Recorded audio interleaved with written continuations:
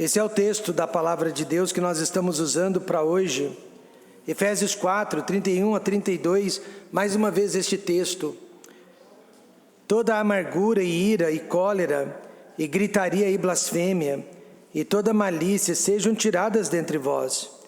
Antes, sede uns para com os outros benignos, misericordiosos, perdoando-vos uns aos outros, como também Deus vos perdoou em Cristo. Eu quero mais uma vez dizer o que eu acabei de dizer para vocês. A amargura pertence à natureza do pecado. Nós não podemos tampar o sol com a peneira. A amargura é pecado, mesmo que o seu motivo seja correto, mesmo que o seu motivo seja justo. Você e eu não temos o direito de guardar amargura no nosso coração. Deus não aprova o sentimento de amargura. O seu próprio filho, ao invés de sentir amargura, e ele tinha todo esse direito, ele disse, dos seus algozes: Pai, perdoa-lhes, porque não sabem o que fazem. Agora veja, em segundo lugar, a amargura destrói o testemunho cristão. Ela não é só parte da nossa natureza pecaminosa, mas ela destrói o nosso testemunho cristão. Às vezes você leva 10, 15, 20 anos para construir uma reputação cristã e você perde em segundos por causa da sua amargura, da sua expressão de ira, de cólera e de raiva. Veja só o que Hebreus 12:15 diz: tendo cuidado de que ninguém se prive da graça de Deus e de que nenhuma raiz de amargura brotando vos perturbe e por ela muitos se contaminem. Eu gostaria de dizer o que eu vou dizer a respeito da minha família, mas eu não teria essa coragem. Mas eu posso dizer a respeito das nossas igrejas. Acho que em 32 anos ninguém nunca me viu irado. Certo, dona Cíntia? Certo, senhor Cleto? Acho que ninguém nunca me viu irado. Queria poder dizer isso a respeito da minha família, mas eu tenho receios de que talvez minha família já tenha me visto irado em algum momento. Mas se tem um pecado com o qual nós temos que ter muito cuidado, é com o pecado da ira, com o pecado da cólera, com o pecado da gritaria, com o pecado da amargura, porque estão todos dentro de um mesmo pacote. E talvez este seja o pior aspecto da amargura, é o fato de que ela destrói o nosso testemunho, porque ela contamina as pessoas que estão ao nosso redor. E você pode praticar 10 bons atos e um único ato de amargura. E você coloca a perder todos os 10 bons atos por causa desse único ato de amargura. Hebreus 12:15 então diz que a amargura perturba e priva os crentes da graça de Deus. Por que será que Deus não está abençoando mais a nossa casa, ou não esteja abençoando mais a nossa igreja? E eu diria, pecado de amargura. Recentemente, eu ouvi um pastor dizendo que nos últimos anos, nós tivemos a pandemia da Covid-19 e em seguida nós tivemos as eleições presidenciais. E ele disse que entre a pandemia e as eleições, nada prejudicou mais a igreja dele do que as eleições. Crentes foram embora da igreja porque eles estavam brigando entre si, cada um, é claro, favorecendo o seu lado da política. E eles criaram amargura entre eles, por causa de política. E consequentemente, eles perturbaram a igreja e privaram a igreja da graça de Deus. Quando eu era jovem, bem jovenzinho, eu cheguei na igreja alguns minutos mais cedo, e dentro da igreja eu me deparei com 2 homens segurando o colarinho um do outro. Eles estavam irados e eles estavam partindo para as vias de fato. E eu era jovem, eu só disse para eles: parem com isso, vocês estão dentro da casa de Deus. Mas eu era um jovenzinho, eles não me deram nenhuma moral, não me deram nenhuma atenção, e ficaram ali se insultando um ao outro por vários minutos. E muitas pessoas foram chegando na igreja, foram vendo aquela cena. Então aqueles 2 homens conseguiram danificar o testemunho da nossa igreja, eles perturbaram a nossa igreja e eles privaram a nossa igreja das bênçãos de Deus. Portanto, se você sente amargura, você está privando a sua família das bênçãos de Deus. Você está privando a sua igreja das bênçãos de Deus. E eu já disse qual é a solução: confesse o seu pecado e abandone o seu pecado a partir de hoje. Em primeiro lugar, a sua amargura afeta a sua igreja. Pessoas deixam de vir nos cultos, pessoas deixam de participar das atividades, descontam tudo no ministério. Gálatas 5,15 diz: se vós, porém, vos mordeis e devorais uns aos outros, vede, não vos consumais também uns aos outros. Porque começa com mordidas, né? Mas de repente nós estamos nos matando e destruindo a vida uns dos outros por causa deste sentimento faccioso. Mas já dizia o ditado: lugar de cachorro bravo é na jaula ou na coleira, né? A igreja não é lugar de cachorro bravo, amém, irmãos? A igreja não é lugar para personalidades fortes, mas para humildade. Eu tenho dó da pessoa amargurada e tenho dó também daquelas pessoas que ficam fomentando a amargura de alguém, ao invés de ajudar a pessoa a perdoar. Quando Carlos Spurgeon era jovenzinho, ele decidiu entrar no ministério. Alguém o avisou que havia uma senhora na igreja que o odiava e que vivia a falar mal dele. E ele era jovem, inexperiente, mas ele sabia de uma coisa. Ele disse: olha, essa história de amargura, ela precisa de 2 pessoas para jogar este jogo, e eu estou fora, eu não vou participar desse jogo. Ela pode falar mal de mim o tanto que ela quiser, eu não vou retribuir. E realmente ele se manteve quieto, neutro, e um dia aquela mulher o encontrou na rua, e então ela começou a xingá-lo em público, e a difamá-lo em público, e a dizer em voz alta o que ela pensava dele. Ele simplesmente tirou o chapéu, que era costume na época, e se inclinou para a mulher e disse: eu vou muito bem, obrigado, e eu desejo todas as bênçãos de Deus sobre a sua vida passar bem. Diz a história que aquela mulher nunca mais o criticou.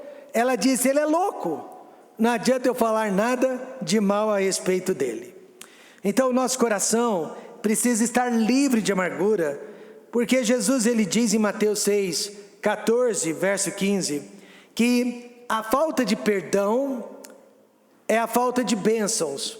A falta de perdão é a causa que nós estamos enfrentando problemas. Porque se perdoardes aos homens as suas ofensas, também vosso Pai Celestial vos perdoará a vós. Se porém não perdoardes aos homens as suas ofensas, também vosso Pai vos não perdoará as vossas ofensas. Eu sei que é até uma atitude egoísta, mas é bíblica. Eu perdoo você porque eu preciso ser perdoado por Deus. E você deveria fazer o mesmo, me perdoar, porque você precisa ser perdoado por Deus.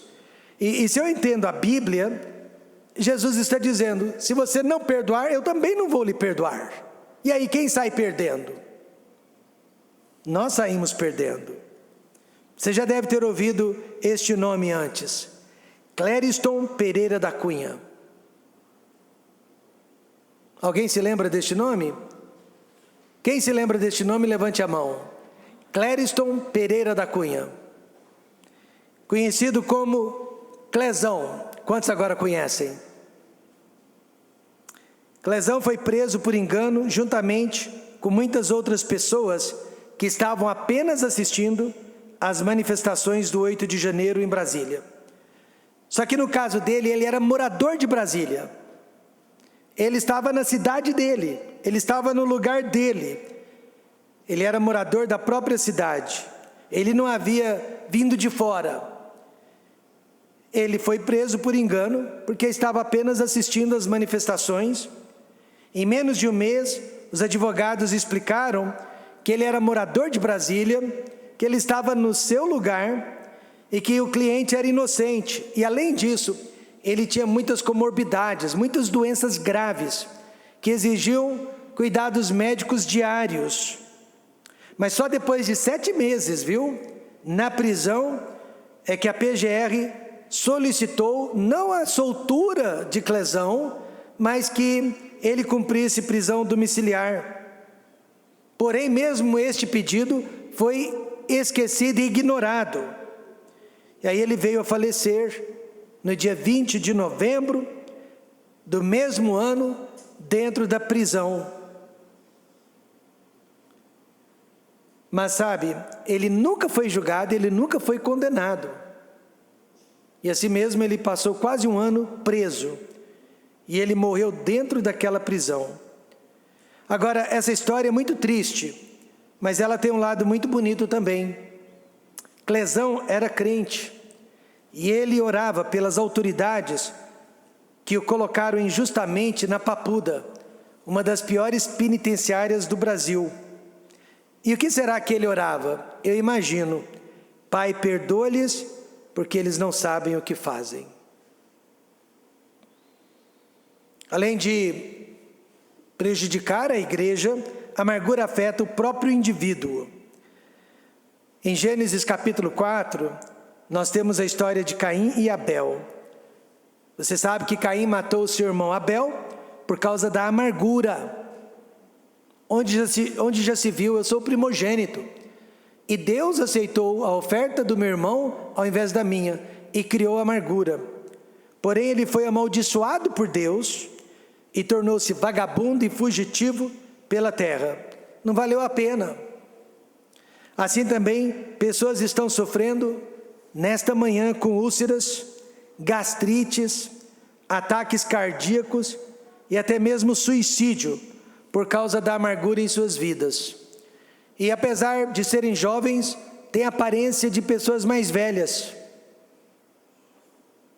Por quê? Porque elas guardam rancor dentro dos seus corações. Provérbios 12:18 diz: há alguns que falam como que espada penetrante, mas a língua dos sábios é saúde. É saúde, meus irmãos. Então, nós temos que ter cuidado com o que a gente fala, pensa, sente. Por quê? Porque a nossa língua é saúde. Quantos aqui já viram uma pessoa rancorosa ou irada? Eu já vi. Mais do que eu queria, eu já vi. Rosto vermelho. Veias alteradas no pescoço, parece que as veias vão explodir. Punhos fechados. E uma fala grossa e palavras atropeladas. Quantos já viram isso? Infelizmente, né? Os médicos dizem que nesta hora o açúcar é liberado para o fígado, o corpo solta adrenalina, o sangue é jorrado do estômago para o intestino e para o sistema nervoso central, e a pessoa fica doente.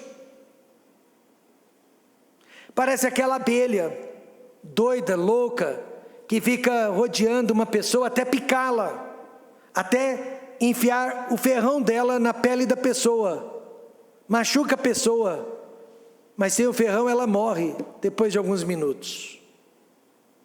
Valeu a pena a abelha? Quando jovem eu comecei a sentir a amargura de certa pessoa dentro da igreja, que fazia bullying. E quando você está crescendo, ainda mais na fase de adolescência, alguns membros do seu corpo ficam maiores do que outros, né? De 12 a 13 anos de idade, o nariz às vezes fica maior que o rosto. E aí vem o bullying.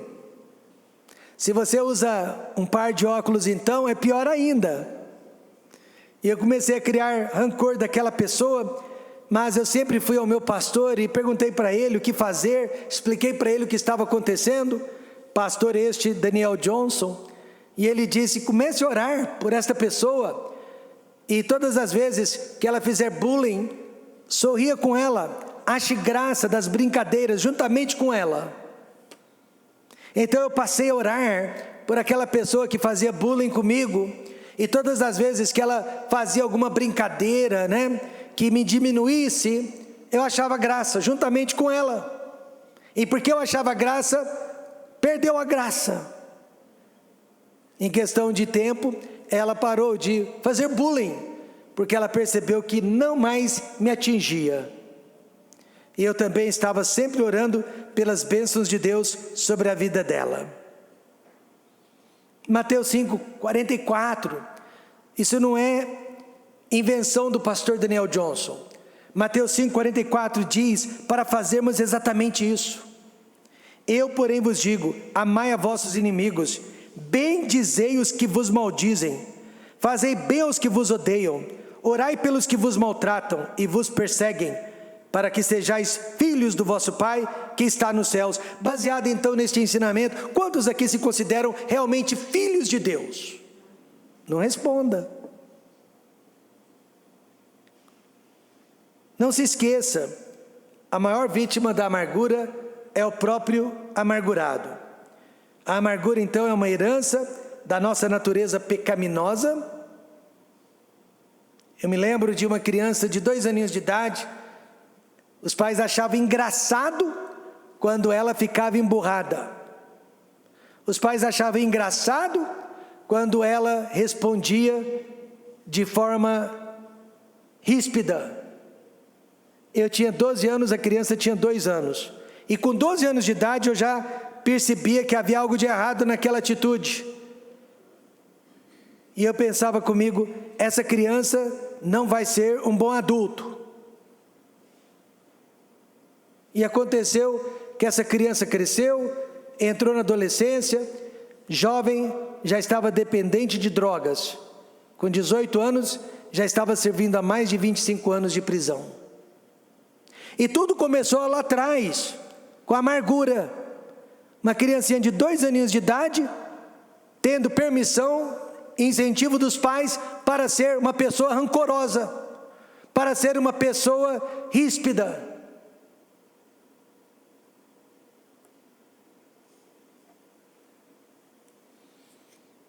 A amargura é uma herança da natureza pecaminosa e destrói o testemunho cristão. Eu sei de muitos pastores, graças a Deus eles são limpos, mas são pessoas iradas, raivosas. Uma vez eu perguntei para um deles, como que você faz para ajudar os casais que estão brigando entre si? Como que você faz para manter paz e harmonia dentro da sua igreja, se você mesmo não controla o seu próprio espírito? E em último lugar, a amargura é como o pecado de homicídio. Esta é a parte mais grave da história. A amargura é como o pecado de homicídio.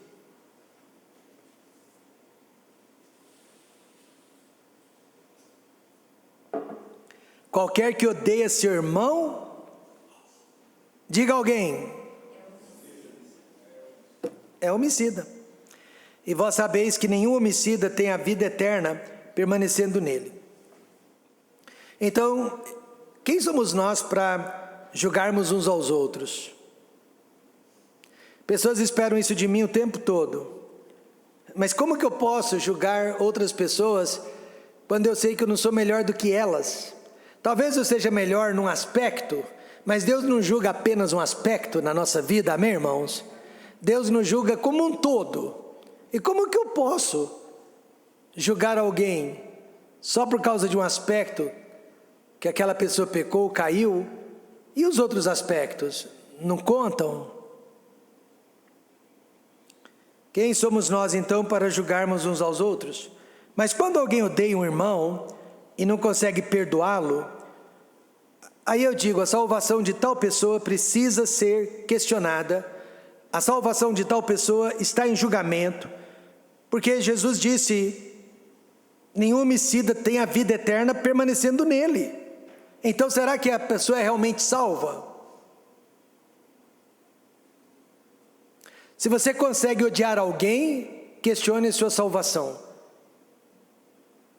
O salvo não consegue odiar nem o diabo, amém, irmãos?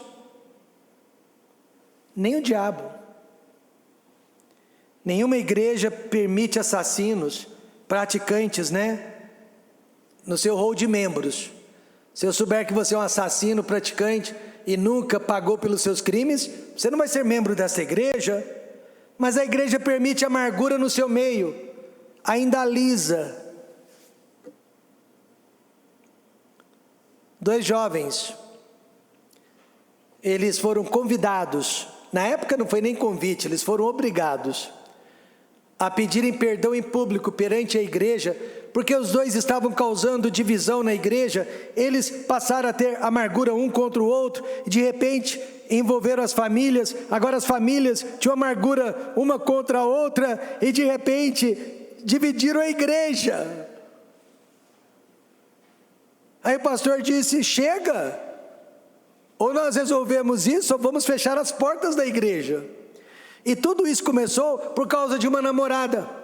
Os dois estavam disputando uma namorada, e no final da história, a namorada não ficou com nenhum deles, mas dividiu a igreja.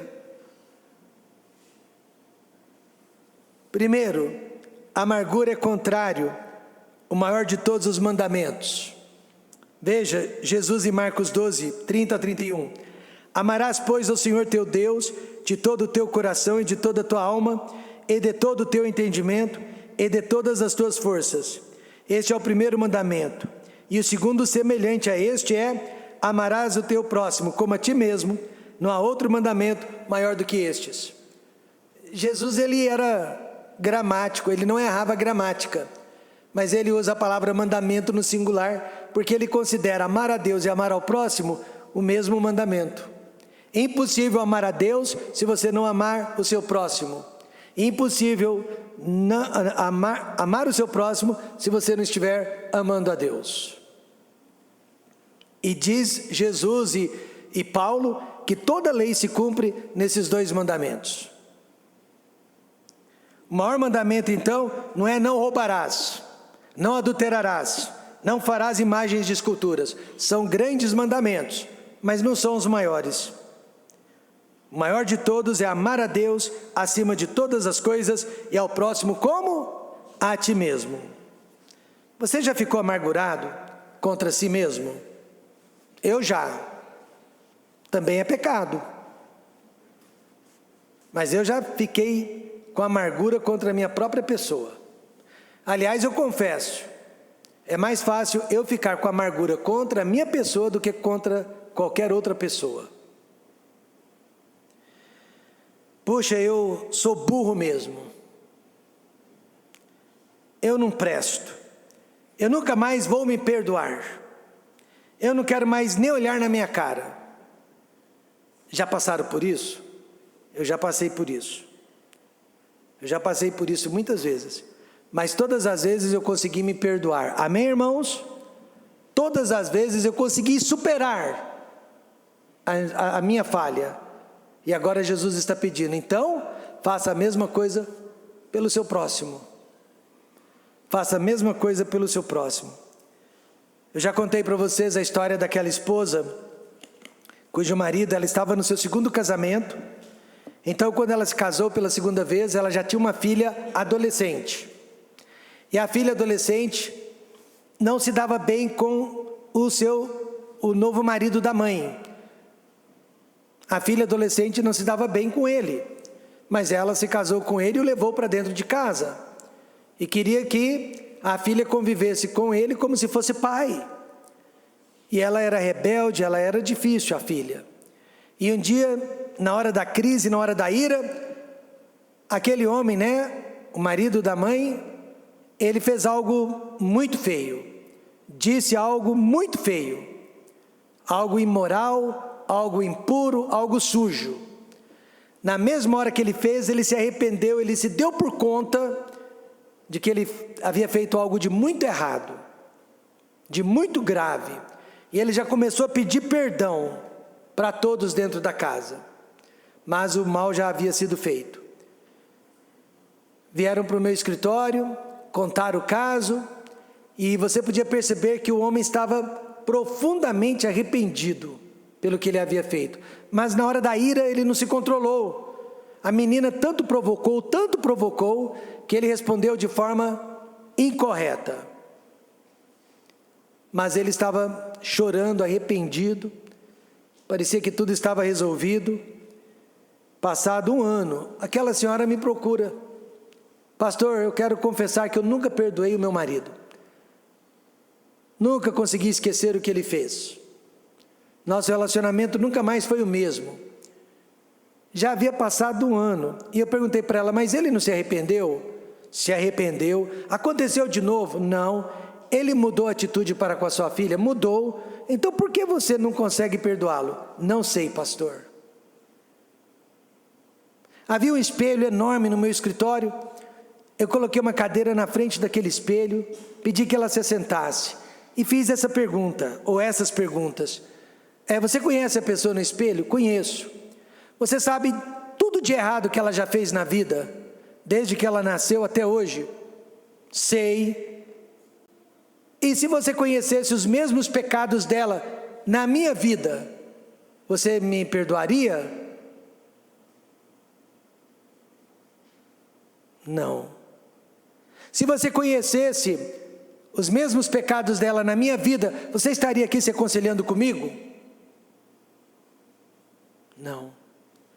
E apesar de todos os pecados que essa pessoa do espelho cometeu, você confia nela? Você a ama? Você dorme com ela? Você a alimenta? Então, você a perdoa? Jesus está pedindo para você fazer o mesmo pelo seu marido. Você conhece muito menos o seu marido. Você se conhece muito mais. E se você é capaz de viver consigo mesma, você é capaz de perdoá-lo e viver com ele. Ela começou a chorar que não parava. Saí do escritório e voltei meia hora depois, ela ainda chorava. Mas o bom da história, finalmente ela perdoou o marido, e tanto quanto eu saiba, eles estão ministrando a palavra de Deus no interior de Goiás. Amém, irmãos? A amargura é como o pecado de homicídio. A amargura é contrário, o maior de todos os mandamentos. Jesus também disse em João 13:35, nisto todos conhecerão que sois meus discípulos, se vos amardes uns aos outros. Preste atenção, só Deus sabe o sacrifício que tem sido arrumar a frente da igreja e garantir o nosso espaço neste quarteirão. E apesar de tudo que estamos fazendo, eu tenho certeza que os carros continuarão estacionando na nossa porta. E se nós não tivermos uma boa atitude, nossa igreja vai ser difamada neste bairro. Pessoas não vão querer entrar na nossa igreja. Então, mesmo que essas pessoas não respeitem o nosso estacionamento, nós temos que continuar sendo educados, gentis e principalmente amáveis. Amém, irmãos? Porque senão nós vamos perder o nosso testemunho.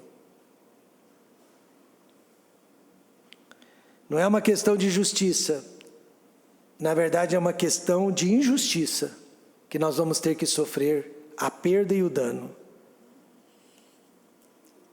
Isso não significa concordar em tudo.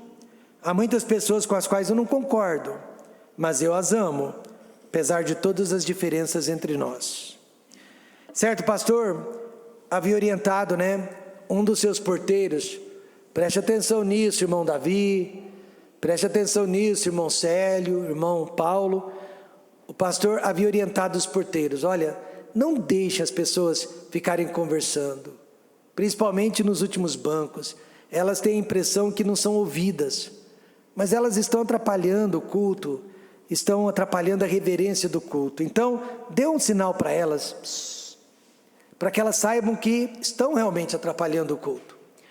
Mas o porteiro não teve coragem, ficou ali observando duas irmãzinhas papeando o tempo todo do culto. O pastor, por sua vez, não devia ter feito o que fez, mas fez, parou a pregação e disse: porteiro, eu não disse para você manter as pessoas reverentes no culto? Há pessoas conversando e você não está fazendo nada.